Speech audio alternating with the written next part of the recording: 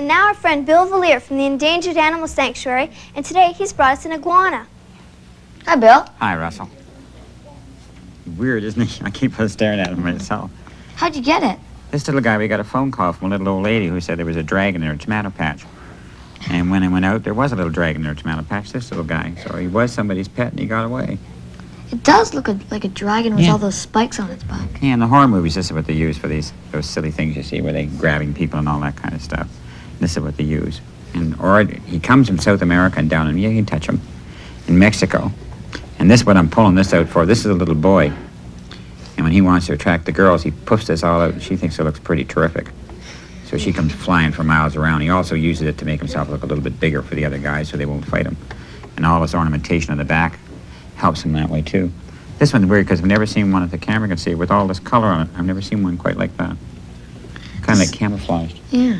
The skin feels like a snake skin. It feels like it's so loose. Yeah, it's very smooth, though. It's much smoother than a snake skin. Unfortunately, they also make boots out of them. But down in Mexico, these guys are eaten much like we eat chicken. Mexican people eat them, and it's supposed to be darn good. I've never eaten one. They get a lot bigger than this. They get about 5 feet long, and, oh gosh, as big around as my waist in some cases. Does anyone in the audience have any questions? Lots. Does it bite? Yes, they can bite. And you can bite. If I just reached over and grabbed you, you'd bite me. Oh, yeah, he can bite. If you tease them, they'll bite you. How old is the iguana? This guy here is a little about a year old, probably. And what they eat is they eat bugs sometimes, but mostly eat vegetables. All kinds of fruits and veggies. What's that little hole-like thing right there? That's a good, right there. Can you see it? Can the camera see it? Well, snakes don't have ears, right? But lizards do, and that's his ears. And he's got very good ears. They don't stick out like mine. Mine stick out a little farther than yours, but they don't stick out like our ears, but that's his ears. Does that kind of lizard have any name for it? I just call him Iggy. Is that what you mean? Yeah. Yeah, his name's Iggy. Iggy the iguana. Can you find them in Ontario? Oh, I found this one in Ontario. Frequently, I mean? No, unfortunately, you're finding more and more because people are letting them go or they're getting loose. And they'll live here during the summer, but once it starts to get cold, I'm afraid then they die. They are a reptile and they can't take the cold. Are they endangered? No, glad of that. They're not an endangered species. Not endangered. When did you get them? I just got this little guy about 2 weeks ago. His skin looks smoother up by his head. Yeah, if you look really, really, really close, you'll see it's really got like ruffles and ridges all here. And that's kind of to help him, too, when he gets into a bit of a fight. I saw one before. Did you see one before? Yeah, I've seen a few in my day, too. Yeah. Well, thank you very much, Bill, for bringing this iguana here. More than welcome. And now it's time for today's letter.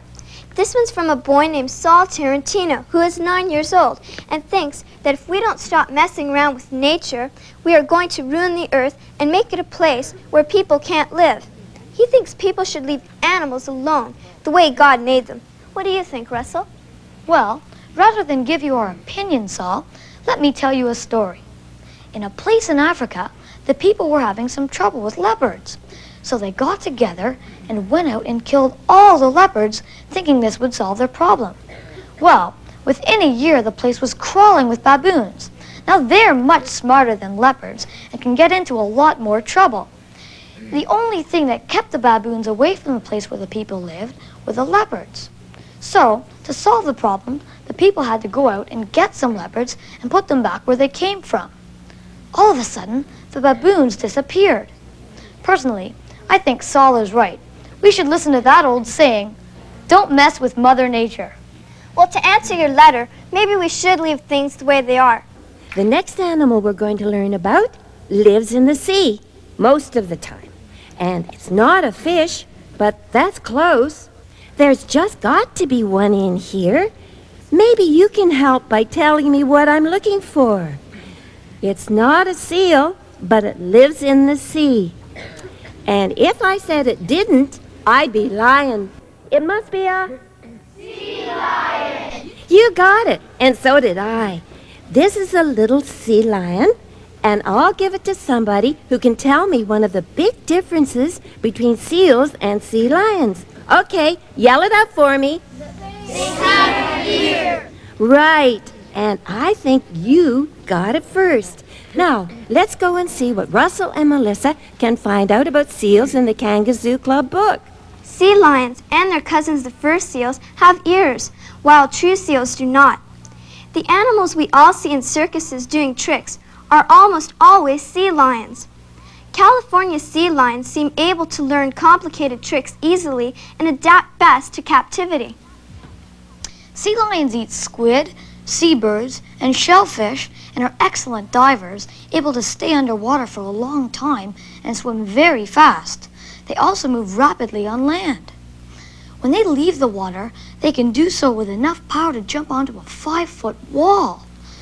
Males are much bigger than the females and are very dangerous when protecting their family. Related to the fur seals and the walrus, sea lions are intelligent, inquisitive, and tame easily, making excellent star performers. The other day, while Melissa was at Marineland, Mark took her up on stage after the show to meet a sea lion up close. Let's join in. Hello. Hi, Mark. What you doing? Well, Melissa, I'm working with Geraldine this morning. Would you like to meet her? Sure. Okay, she's one of our California sea lions. Just give her a big flipper shake. Just put your right hand out there. There you go. And would you like to give her a fish? Sure. There you go. She likes herring. That's her favorite food. Just throw it up in the air. Very good. How about a kiss from her? Okay. Okay, I tell you what. Maybe we better take off your hat first if we can. Because she's not used to that type of hat and getting kissed. So put that right here and just walk up. Just go like that. And she should give you a kiss. There she does.